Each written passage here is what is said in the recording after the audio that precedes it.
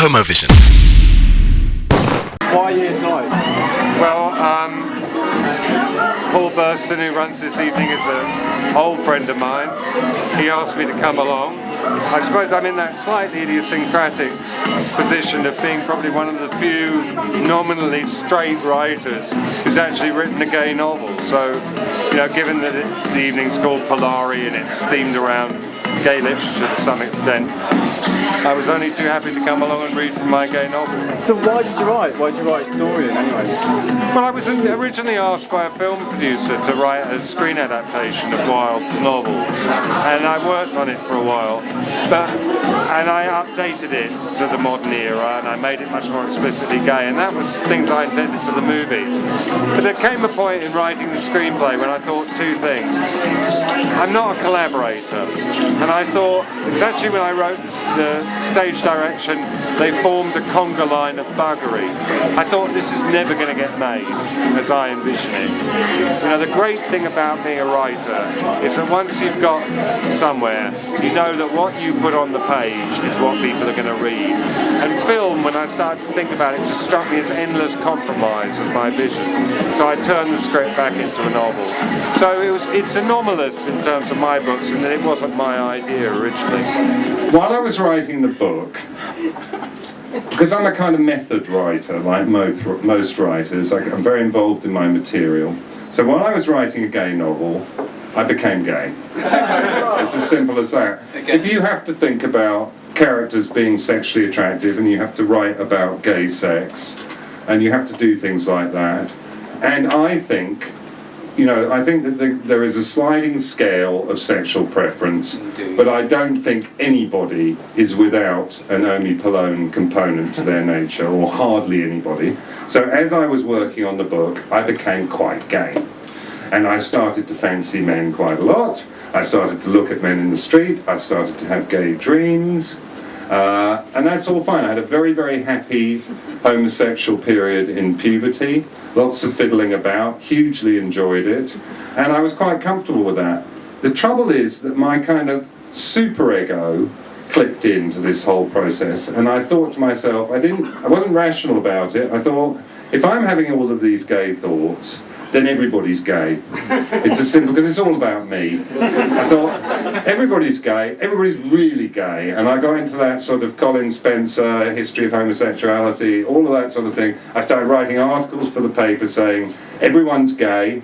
I don't know why gay people go on about it so much, because everyone's gay. We're all gay. Not only that, and here's the best part of it, I became absolutely deluded that the book was going to be a total bestseller. And you said when you wrote it you turned a bit gay, so... Yeah. Why? I mean, how was that? Well, I just sort of think you are what you eat, and if you're writing, there's a lot of gay sex in the book. There's a lot about, you know, the gay lifestyle, and it's a gay novel, you know, and you know, when I was writing a book about an alternative universe in which apes were the evolutionarily successful primate species, I started to see everybody as being a bit of an ape. You know, so it was no different in that way. When I wrote a novel about London being full of dead people, I started to view people, you know, it's like that for me. I thought, this book, which after all is the key book in my view about the fact not only important, crucial period in gay history, is also written by a man who has discovered that everybody is gay. So everybody's going to rush out and buy it. And I was so confident that at that time my paperbacks all had covers of modern British artists, young British artists, and this is a still from a Sam Taylor Wood film called Brontosaurus of a naked man.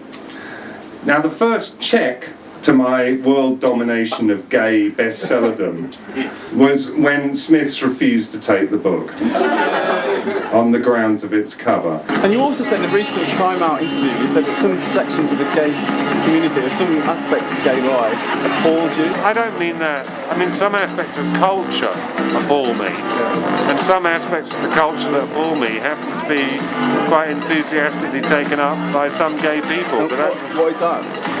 Oh, I think a kind of narcissism, an obsession with appearance, a sort of meaningless obsession with perpetual youth, a kind of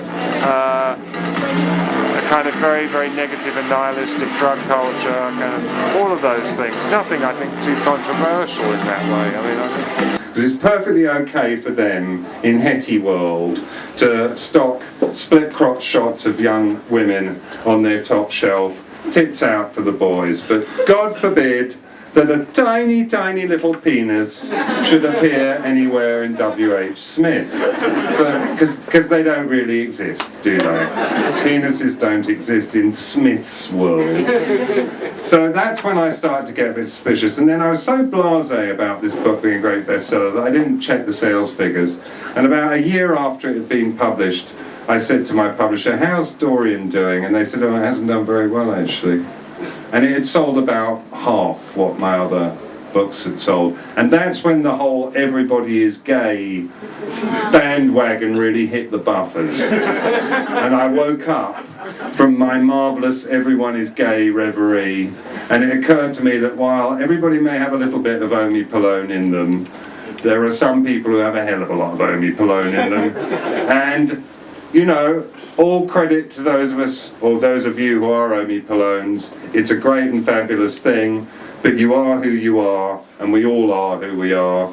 And I'm happy for, you know, maybe the occasional Sherman, but I'd have to be really pissed for the Jerry. And I haven't been drunk in years. If you were gay, like you said, you know, you turned up as gay when you was writing your book, what kind of gay would you be? well, I think I'd be the same sort of gay person as I am as a straight person. I think that, well, I think you probably saw this evening, I'm quite capable of being camp. You know, I quite like camp. And I certainly imagine that if my sexual orientation were towards men, I'd probably be camper than I am now. I mean, it's very interesting. I've got an old friend who's kind of my age, roughly, i.e. in his early 40s, who didn't come out for years and years and years, and ever since he's come out, he's got camper, in a good way. So I think that would probably happen. But otherwise, you know, I think gay people and straight people, and I'm, you know, not that different. I think I'd be like I am now. And also, what's going in pipeline then? Any more gay novels or anything? Yes, there are actually. It's interesting. I've written a gay novella. In this sense alone, most of the characters are gay in it. It's sort of based on a Soho drinking club, and an old, well-established Soho drinking club from the 1940s and 50s that's still going, you know, that happened to have been a kind of cockpit of kind of gay culture as well, and it's all set in this drinking club. Is that out now? It'll be out in September. It's called Liver. The story is called Foie Humaine, human liver, and it's in a wider collection of stories called Liver. HOMOVISION.